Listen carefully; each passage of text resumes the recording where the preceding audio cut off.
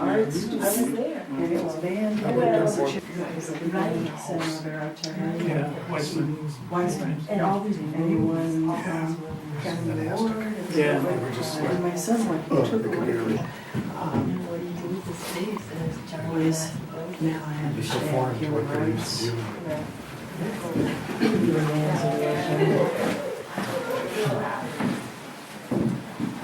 There's a view of the interior here.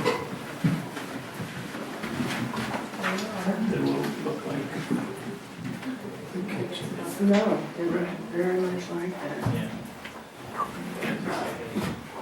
They closed in that, yes.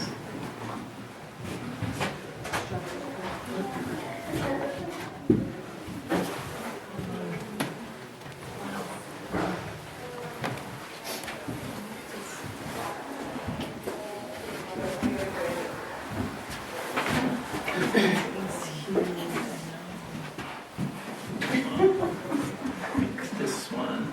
Oh, yes, yes. That's in the G building. Yep. And this is one.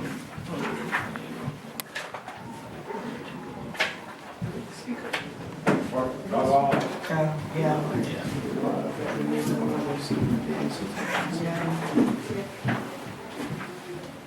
Somebody was reading on the outside, Yeah. and I always. The initials. Yeah. Once it was in the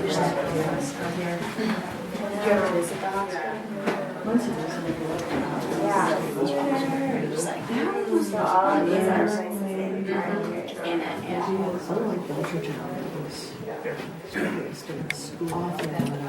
was in the Picture of yourself of a tunnel, the actual tunnel would look like. Look at it then. Can't take it with me. No. to take from their people to take on the recognition with technical high school diploma. So where would your place be? It's further over here. This way? Further over there, yeah. Oh. And also look at who are doing some of their people.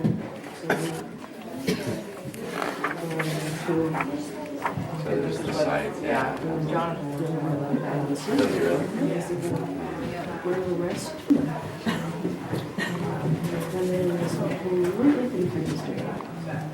They had separate staircases for men and women. Did you know that? Wow. I was a teenager. I saw his admission papers, and he was abusive to his mother. Wow. And The beds. those parents said But it looked like, yeah, a lot of places.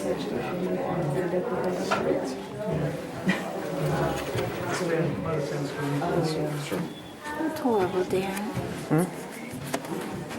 What did you say? This was the semi-violent ward. They couldn't go anywhere. They just sat in a big room, 70 people on a bench all day long. Wow. The lobotomies. really, yeah.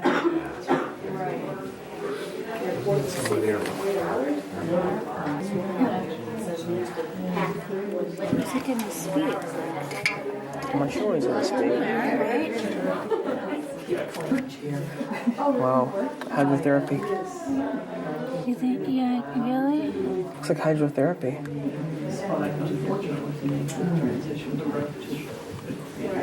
Well.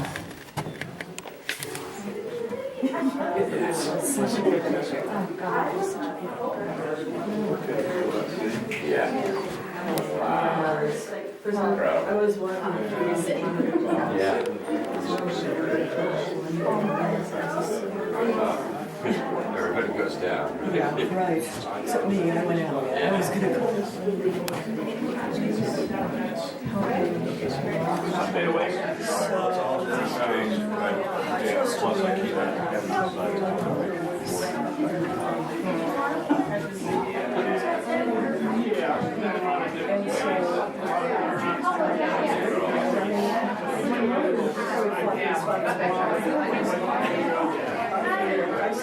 Well, we moved to Charlotte, North Carolina. I'm Kiki Smith. I'm on the board of Historic Northampton, along with my colleague Julia Mines over there. Here to represent the board. But mostly I'm here to get us going and to launch Tom in this presentation about relative to historic Hospital Hill, as it has always been known since I've lived around here.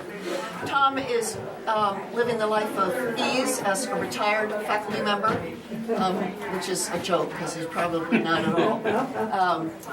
He's a member from the economics department. In particular, the way I know of him, other than as a colleague at Smith, is his first year seminar that he has taught several times at Smith on this very subject. And in fact, there are several websites as a result of that class that we could inform people if they want to get more information from.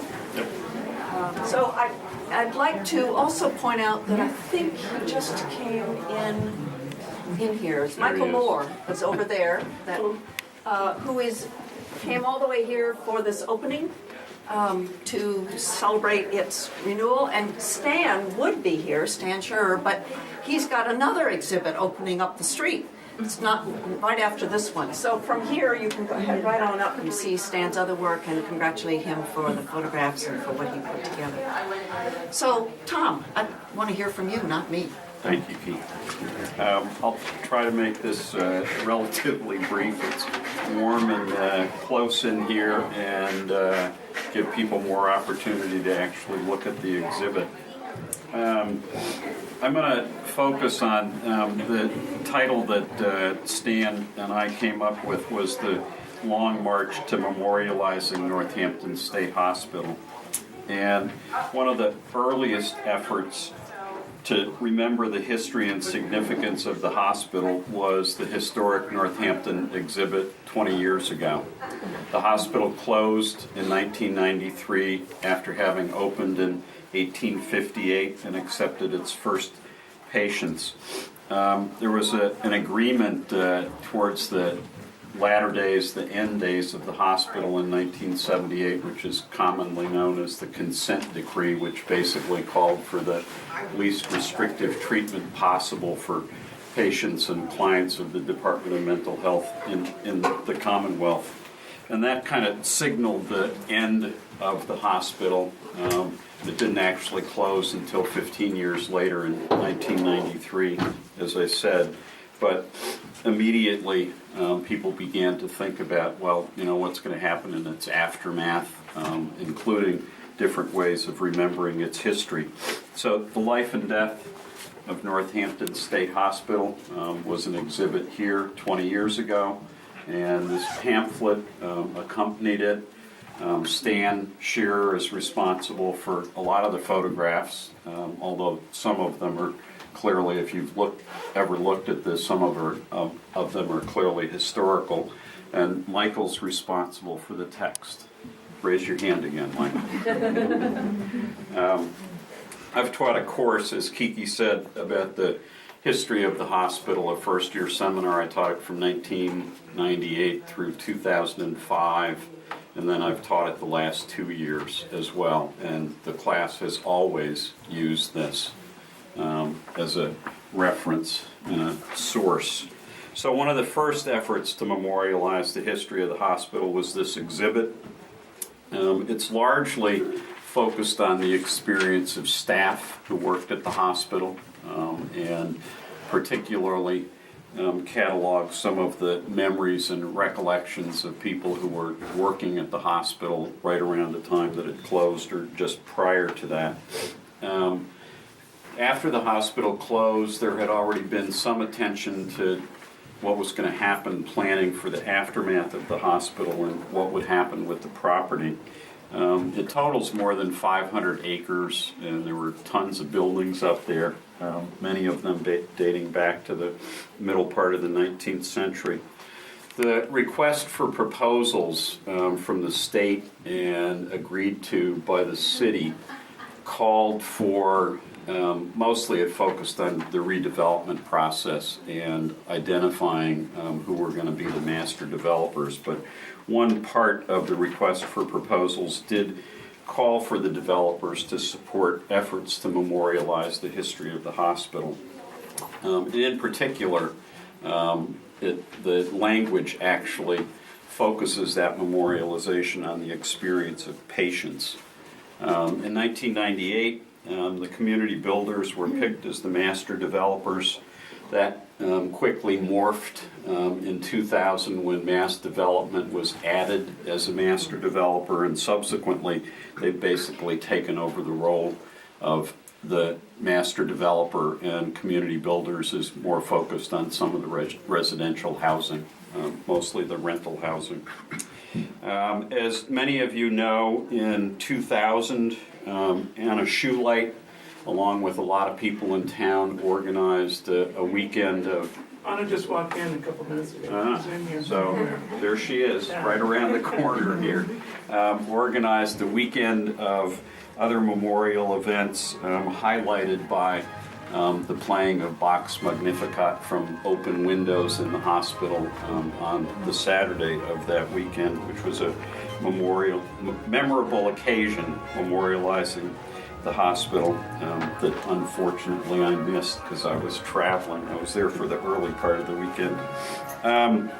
As many of you also remember, in the early, actually I think it dates back to 2001 when it formally formed as an organization, a group of people in town who were interested in preserving the history of the hospital in the form of its architecture and saving buildings, preserving buildings. That group was called Save Old Main. In 2003, that led to a debate, a lively debate in town about attempting to create a situation in which the buildings might be protected. There were two items in a referendum. One was to a vote to move forward with the redevelopment of the site, and 60% of the people who voted said yes.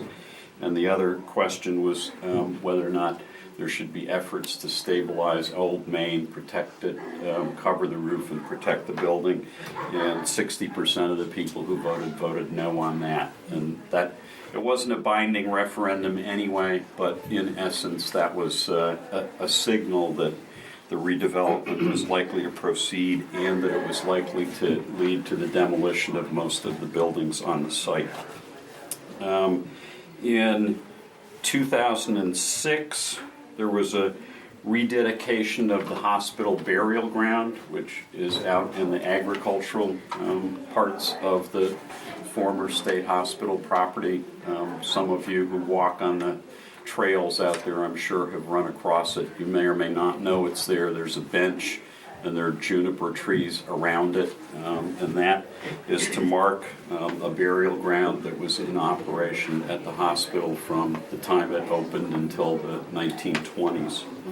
And probably somewhere around 200 to 600 former patients are buried in that piece of property.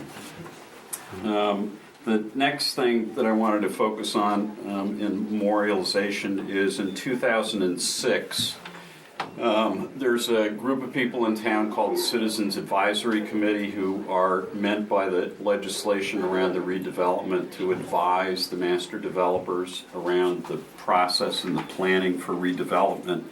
And in 2006, the Citizens Advisory Committee formed a memorial committee that was intended to focus on the process of memorialization as called for in the request for proposals. They held a series of open meetings in town. They did a lot of planning, a lot of discussing amongst themselves. One of the forerunners of that group were people who formed a fountain project shortly after Schulite's event in 2000, and that project was about attempting to restore the fountain that was still in place up until around 2005, 2006. A lot of its parts were missing. It was in an advanced state of rust and disrepair and surrounded by lots of overgrowth. Eventually, the fountain was moved to the Department of Public Works out on Locust Street, where it's still sort of suffering from the elements because most of it's outside in the weather, but it's there. 2006, 2007 is when Old Main was demolished. The memorial complex on the other side of the street, a couple buildings were demolished in 2004, and then the rest of that was demolished somewhere around 2008, I think. Another event I think it was also in October of 2008, there was an event up on the hospital grounds right outside the Haskell building that remembered the 30th anniversary of the consent decree, and a number of people gave talks at that moment. More recently, December of 2012 through January of 2013, the Memorial Committee made a request to the city's Community Preservation Act for a grant to fund the creation of a memorial park on the site of what used to be Hospital Hill and which is now Village Hill in its redeveloping state. Land was given by Mass Development, pretty much where the fountain originally was. We've discovered that the granite basin that was supporting the fountain was still there. It was covered over, but it was still there. And as far as we can tell, it's pretty much in good shape and more or less the shape that it was in. In other words, kind of uncompromised. The Memorial Committee had done a lot of planning, put together a proposal. The Community Preservation Act Committee ultimately approved a grant of $75,000 to support the creation of a memorial committee. Some of that money will go towards restoring the fountain that was originally put there in the 1870s, at the same time that the hospital got water from the city, and one of the conditions was that they would support a fountain, and it was right in front of the entrance to Old Main. In addition to restoring the fountain, the other work of the Memorial Committee is clearing the land and then planning for landscaping it. And then the other thing that's planned are historical markers recounting the history of the hospital so that people have a way of understanding and learning about its history. As I said, I've taught classes at Smith 10 times. The last 2 times I've taught it, the students in the class have focused projects for the course on contributing to memorialization efforts, and there's a lot of interesting things that they've done. There's a Facebook page for the Northampton State Memorial Park. Doesn't have a lot of friends, but you can find it and friend it, and maybe keep up to date. Another student has an idea for planting daffodils to remember the people who were in the hospital. Her big idea is to plant enough daffodils so eventually there are 65,000 of them, which would represent the number of patients who were in the state hospital during its entire history.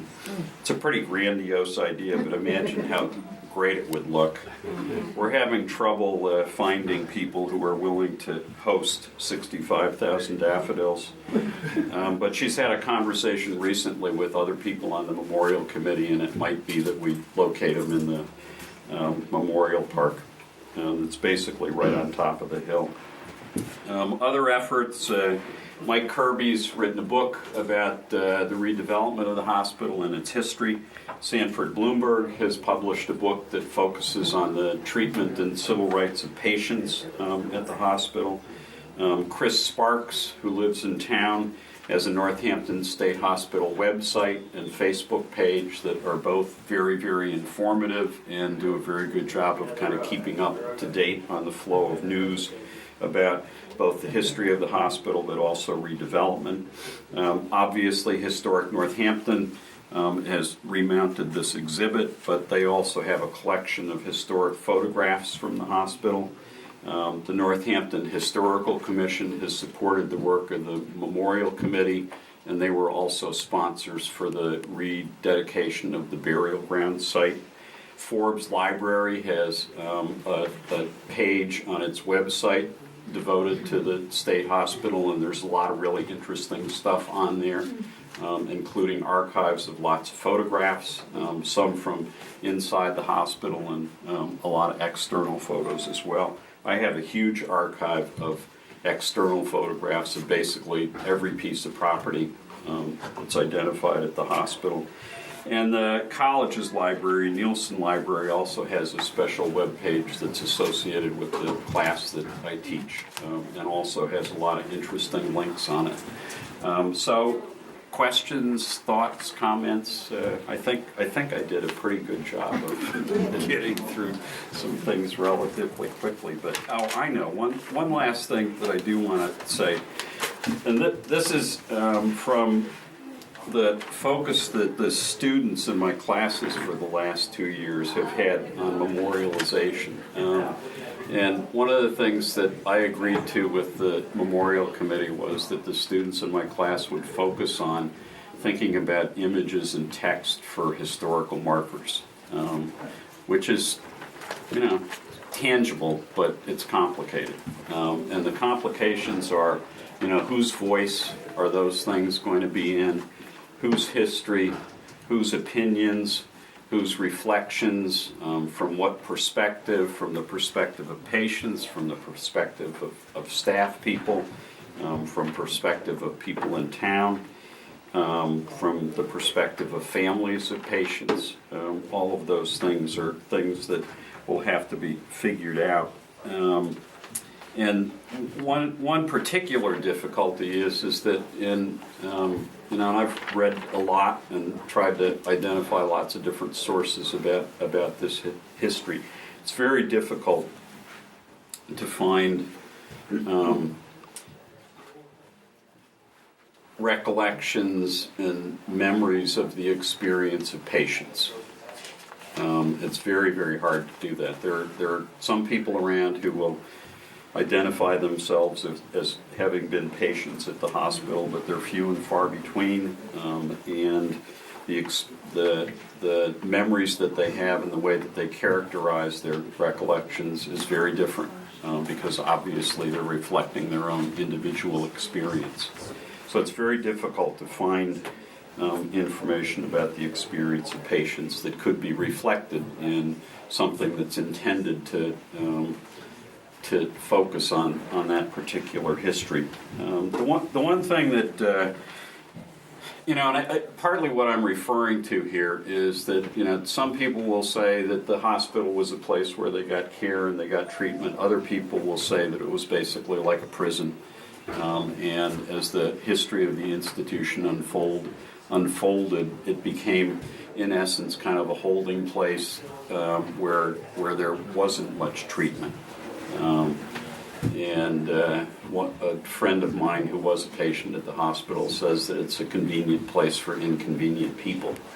And over time, with overcrowding and underfunding that are connected in part to the history of the Depression and World War II, and then the thing that ultimately probably contributed most significantly to the closing of the hospital was the development of psychotropic drugs and the use of pharmacology in treating a lot of the symptoms of mental health issues. But one of the things that a couple of students in my class this year really focused on, which I guess I kind of understood, but the fact that they looked at it and saw it as powerfully as they did was, I thought, very observant.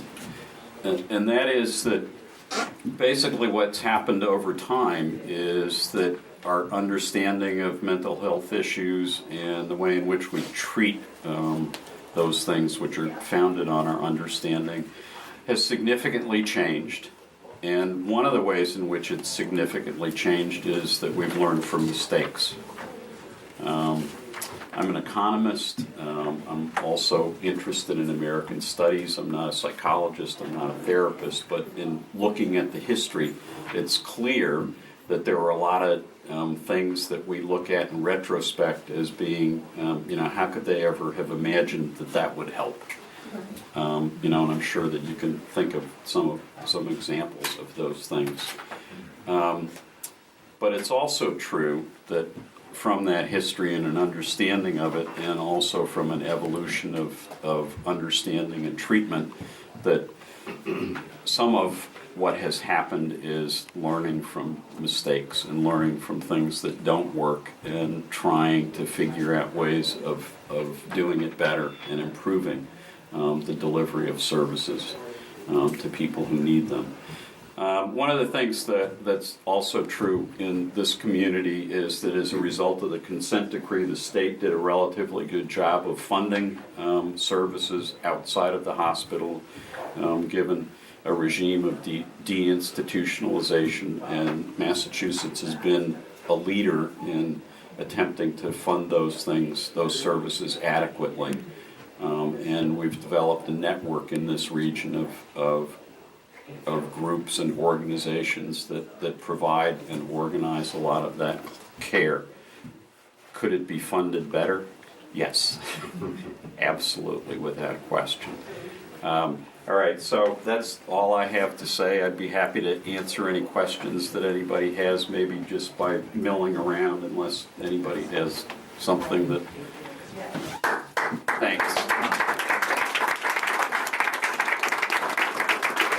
Enjoy the photographs and take a look at the life and death of Northampton State Hospital.